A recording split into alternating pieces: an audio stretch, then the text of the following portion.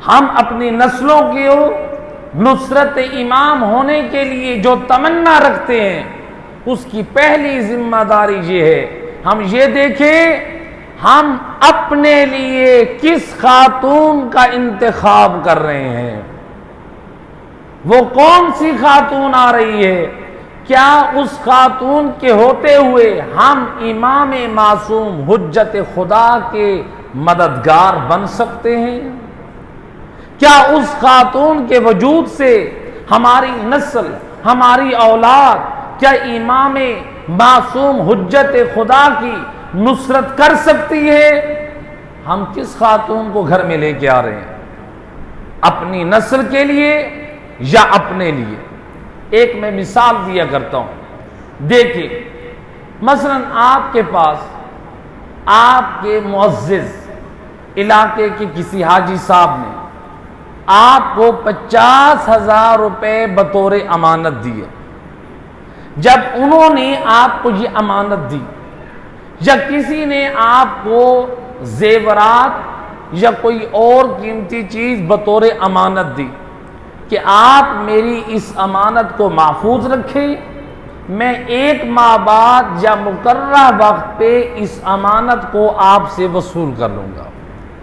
اب آپ نے وہ 50,000 روپیہ رکھا،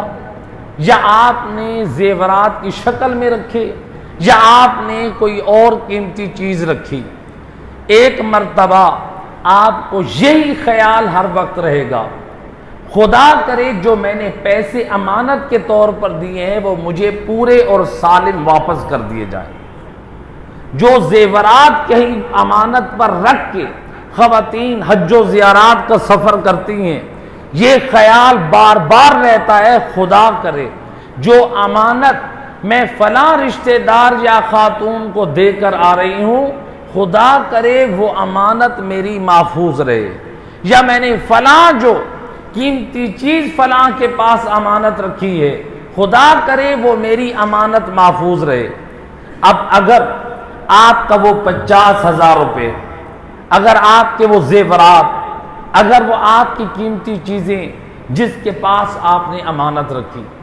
اگر اس امانت میں کوئی کرتا ہے خیانت، وہ 50,000 کی بجائے آپ کو 10,000 دیتا ہے،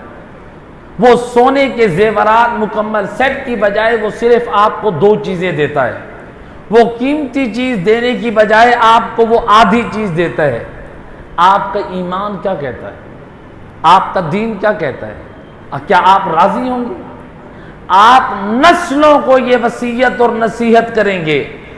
آئندہ کے لیے اگر کوئی امانت رکھنی ہو تو کسی اور شریف کو دیکھنا، اس پر اعتبار نہ کرنا۔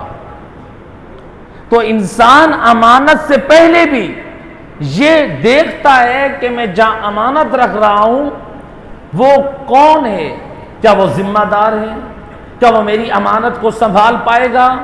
کیا وہ میری امانت میں دیانت داری رکھے گا، کیا وہ میری امانت میں وہ خیر رکھے گا، کیا وہ میری امانت میں میرے ساتھ بھلائی پیش آئے گا۔ انسان پہلے یہ دیکھتا ہے، یعنی مال جیسی چیز کو انسان امانت رکھتا ہے تو انسان اتنی فکر کرتا ہے میری امانت میں خیانت نہ کی جائے، میری امانت کو صحیح سالم مجھ تک واپس پہنچایا جائے، اور جو ہماری نسل ہے ہم وہ جو ہماری امانت ہے، کیا ہم نے کبھی غور کیا ہم جو اپنی اولاد کے لیے جو بچی گھر میں لے کے آ رہے ہیں کیا ہماری نسلوں کے لیے وہ بہترین امین خاتون قرار پائے گی؟ کیا اس ہماری نسلوں کی امانت کوئی وہ خیر اور بھلائی کا وہ سامنے خیال رکھے گی، یا پھر ہماری نسلوں کی اس امانت میں وہ خیانت کرے گی؟ لہذا بعض لوگوں کا یہ معیار ہے، رشتہ داروں میں دیکھنا ہے یا سٹیٹس دیکھتے ہیں، فلاں بچی فلاں گھر سے، باپ بزنس مین ہے، بھائی سارے جاب کرتے ہیں، لڑکی بھی ماشاءاللہ بینک میں جاب کرتی ہے۔ یہ اور بات ہے کہ فقہا بینک کی جاب کو حرام قرار دیتے ہیں، لیکن فخر اور ناز کیا جاتا ہے کہ ہماری بچی جو آ رہی ہے ماشاءاللہ وہ بینک کی جاب کرتی ہے، گھر کے افراد سارے جاب کرتے ہیں، والد کا بھی بزنس ہے، ماشاءاللہ بڑا مکان ہے، بڑی جائیداد ہے، سب کچھ لے کر آئیں گے۔ ہماری نگاہ صرف مال پر ہے، ہم یہ نہیں دیکھ رہے وہ خاتون کس کردار کی مالک ہے، کیا وہ ہماری نسلوں کی امین بن سکے گی، کیا وہ ہماری نسلوں کی صحیح تربیت کر سکے گی، کیا وہ ہمیں ناصر امام جیسی اولاد دے سکے گی، کیا اس کے آنے سے میں اور آپ امام کے ناصر اور مددگار بن سکیں گے۔ گھر میں خاتون اپنی نسلوں کے لیے لانے کے لیے ہم جس خاتون کا انتخاب کر رہے ہیں یہ ہماری شرعی ذمہ داری ہے، ہم دیکھیں